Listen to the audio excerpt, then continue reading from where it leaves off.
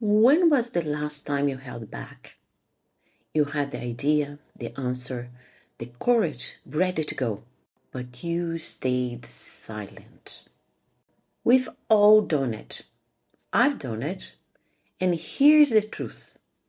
Every time we play small, we pay for it. Sometimes with missed opportunities, sometimes with our confidence, and sometimes without even realizing with our income and influence. Hey, I'm Tulia Lopes, communication architect, international speaker, author of Leading in High Heels, and your host. Welcome to Brave, Bold, and Brilliant podcast. Together with my guests, I will share with you inspiring stories where being brave and bold were the trigger to becoming brilliant. For the past decade, I've been helping professionals to express themselves with clarity and confidence in any stage and arena of their lives. Communication is key to success, and stories have the potential to transform lives and move people into action. There is someone, somewhere, who needs to hear exactly what you have to say. Be brave, bold, and brilliant, and speak up unapologetically. Today, we are going to talk about the real cost of playing small and what it takes to step fully into your brave, bold, and brilliant self. Welcome to Brave, Bold, and Brilliant. I'm your host, Tulia Lopes, and this podcast is all about giving you the tools, insights, and inspiration to own your voice, lead with presence, and step into the kind of leadership that makes an impact. In today's episode, we are looking at one of the biggest traps I see leaders fall into: playing small. It is subtle, it is sneaky, and it can sabotage your success without you even noticing. But here's the good news. Once you see it, you can change it. So let's explore why we play small, what is really costing us, and most importantly, what you can do starting today to step out of the shadows and into your full brilliance. We don't play small because we lack ambition or talent. We play small because of fear, conditioning, and the illusion of safety. Whether it is worrying about backlash, doubting ourselves, following cultural scripts, or clinging to our comfort zone, the result is the same. We shrink. And every time we shrink, there's a price to pay. Not just in our careers, but in our confidence, our influence, and even our future opportunities. So let's talk about the hidden cost of playing small and why it's far more expensive than you think. I want to start sharing my own stories of playing small. First, it was a time back in the 90s when I was living in Dublin and I was very engaged with the IT world. At the time, I had a very successful, I could say, and profitable career. I was everywhere, but from the background. I was leading projects in 40 different languages. I was doing several tasks. I was wearing different hats. There were times where I was project managing one project, then I was project leader in another one, I was project coordinator in another one. And I praised myself for that. I was really proud of myself, of all my achievements, and I had all the reasons to be. But guess what? I was always playing from the background. I had no intention to be in the foreground. I felt the background was my place to be. It's as if being in the back of a room, seeing everybody and having everything in my control without ever going to a stage to say something. And in fact, this is a behavior that I have when I go to conference, for instance. I love being in the back of the room so I can see everything. I can see people's behavior and I can get out anytime I want. But this is different. I have no particular role when I'm going to a conference. And sitting at the back in a conference makes me feel in a certain way in control and independent because I can get out anytime I want.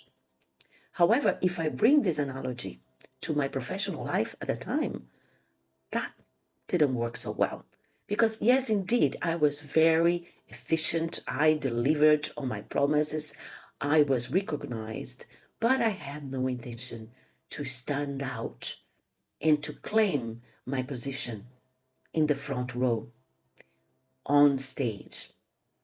And it took me many, many years to see that, to understand that position, that behavior was not working on my favor. But I only became aware of this behavior many years later in Zurich when I was running the Awe Summit event, which was my signature event, giving voice to women. It was a day event, gathering women, bringing women on stage to share their stories. I was the creator of the event, I was the organizer of the event, and I was always in the background. I had the master of ceremonies, I had the speakers, and my only role after creating the whole thing, then making it happen, my only role during the day was to come on stage, open event, and close the event. And I was happy with that. Until one day, it was already the second event, when a friend of mine who came to the event asked me, "Where were you, Tulia, the whole event?" I said, "I was there." And she said, "But I didn't see you." I said, "Of course, I was there in the background, behind the scenes, making it happen. And I was very happy about it until she told me this. Well, Tulia, it was like you had invited me for dinner and you stayed in the kitchen." It was only then that I got it. After all these years, I was convinced that my role of creator in the background was the place I should be. But then I understood that when you create something, when you're a voice, when you're leading, when you're delivering results, people want to see you. They really want to see you physically because they want to look up to you. And if you remain only in the background, even if you're very successful, that is not enough. So saying that, even if you enjoy being in the background, in the back of the room, as I do, you have to plan strategically to take the stage of your life. So here is the question. Why we play small? Do you have an answer for that? I have few. So let's go one by one. The first one is the fear of backlash. We are worried about being labeled as too much, too difficult, too confident, too this, too that, especially women. Many professionals hold back because they fear how they will be perceived. The moment they speak with conviction, challenge the status quo, or assert their ideas, the labels appear. Too ambitious, too much, too difficult. Who does she think she is? This fear isn't unfounded. Workplace cultures can reinforce these stereotypes. But the irony is that by holding back to avoid judgment, we end up reinforcing the very narrative that sidelines us. Instead of being remembered for our ideas, we become invisible. Another one is the imposter syndrome. I'm sure you have heard about it, and I'm sure you have felt it. Thinking someone else is more qualified to the task than we are. It's about that inner voice that whispers, who am I to say this? Surely someone else knows better. The imposter syndrome makes us discount our expertise, even when we are the most prepared person in the room. It tricks us into silence, while others, sometimes even less experienced, step up and take the stage. The danger here is twofold. Not only do we deny ourselves visibility, but we also deprive others of the value we could bring. The truth is, being invited into conversation is already evidence of our credibility. Own it. Own this space. Another one is about cultural conditioning. It's about being raised to be agreeable, wait for our turn, and to avoid confrontation. I'm from Brazil, and Brazilians do not like confrontations. Therefore, we tend to step aside or silence ourselves when we have a view that might go against the status quo. And from a young age, many of us are taught that being nice is safer than being bold. We learn to be agreeable, to wait politely for our turn, and to avoid confrontation at all costs. While these behaviors are often praised in childhood, in leadership they can translate into silence, hesitation, and lost opportunities. The workplace doesn't reward passivity. It rewards presence. Yet, cultural conditioning can keep us second guessing. Am I being respectful or am I just holding myself back? Recognizing this pattern is the first step to breaking it. The next one is about the comfort zone trap. Playing small feels safe in the short term. It's like, as I mentioned to you, about me feeling very comfortable leading everything from the back of the room, from my background. There's a certain comfort in staying under the radar. When we don't challenge ourselves, we reduce the risk of rejection, embarrassment, or even failure. It feels safe in the moment, but it's an illusion. Over time, this comfort zone becomes a cage.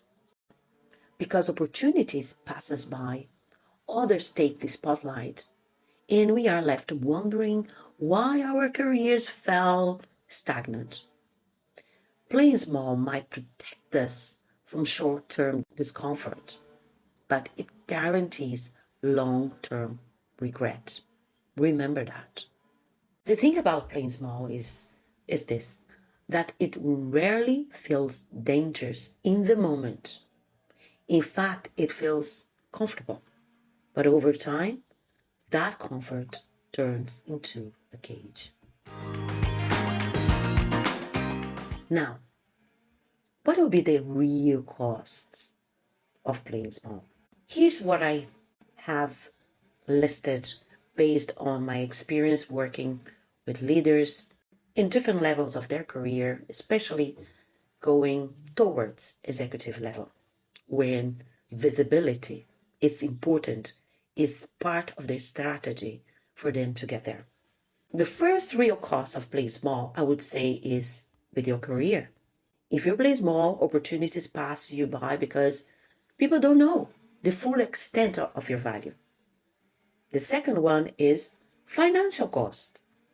Not negotiating your worth, staying silent in budget conversations, or missing client wins, that will affect your pocket.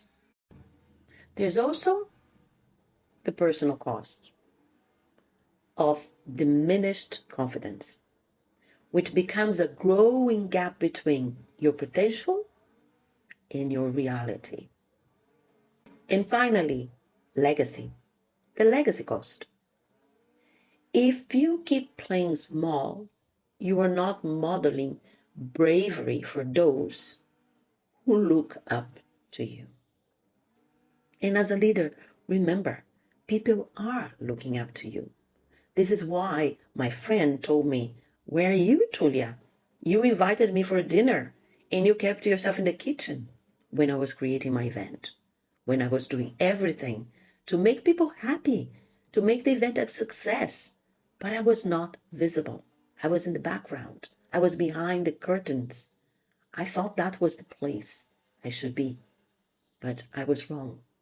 Because every time you choose silence or invisibility over contribution, over presence, you're not just avoiding risk, you're choosing to make your impact smaller than it could be. So you might be asking now, how can I stop playing small? What can I do? First, self-awareness. You have to start noticing when you are holding back. And you can make note of that. And you can also think, why am I behaving this way in these circumstances? And also give yourself another task, which is, when I hold myself back, I will do this instead. So then you have an action plan. When you see that you're holding yourself back, you know what to do to break the pattern. The other thing you can do is create some small, bold moves. Start small with something let's call micro bravery. Share your opinion in one extra meeting this week. Ask one bold question in another meeting. Start raising your hand to ask a question. And here's the thing, I promise you, when you dare to ask that question, that burning question, I can guarantee you that there are many other people in the room that were desiring to know the answer for that question, but didn't dare to ask. So be that person to dare to ask, and many other people will thank you. Another thing, prepare for visibility. You need to strategize to become visible. This is why, networking is important, but it's not just going to any networking. It's really analyzing what type of networking would help you to be, who is going to be there, and which connections you want to make. So that encounter, that time that you're giving yourself to be visible is worthwhile. So plan ahead, because when the moment comes, you're ready. Plan even what you want to say when you are connecting, talking with the people you want to talk to. It won't happen without planning and strategy. And lastly, here's another very important thing that you have to put into practice. Reframe rejection. Not everyone will agree with you. Never. And that's okay.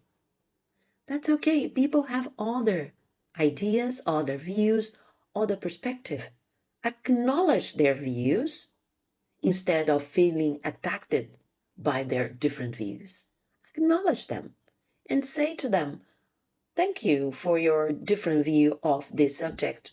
From my perspective, I see this way, but I appreciate that you can see it differently. Because people come from different backgrounds, from different experiences, and they see things differently. They have a different way of seeing things. And if you think even in this physical space, if I'm in a corner of a room and you are in another corner and there is an object in the center, we both will see the very same object differently. and we will describe that very same object differently. So do not take it personally when someone sees things differently than you. Acknowledge them. That's the important thing. Acknowledge that you understand that from their perspective, from where they come from, they see things differently than you do. And say what you have to say. That's about being confident and, most importantly, about owning the space that you stand upon, the space that is related to yourself, your experience, your story. Remember this.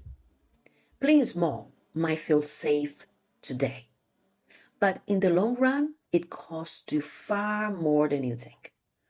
I want you to try something this week. Identify one situation where you normally would hold back and choose to speak up instead. Test it. Feel the shift. Give yourself time to analyze the whole situation, what you did well, what you can improve, and anytime you have another opportunity, do it again. We are creatures of habit. The more you do, the better we become.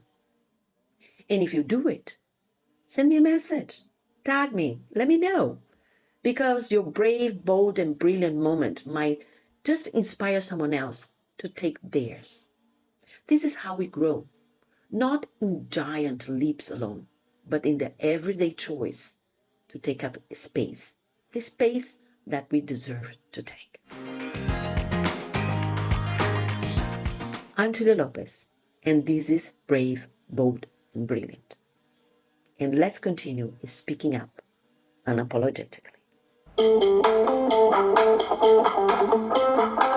That's all for today. I hope you got inspired to raise your game and be brave, bold, and brilliant. Make sure you listen to my other podcasts. Stories are great sources of inspiration and transformation. Subscribe. Remember, there is someone somewhere who needs to hear exactly what I shared with you here today. Be generous and spread the word. Give your feedback and help grow this awesome community. Until then, be brave, bold, and brilliant, and speak up unapologetically.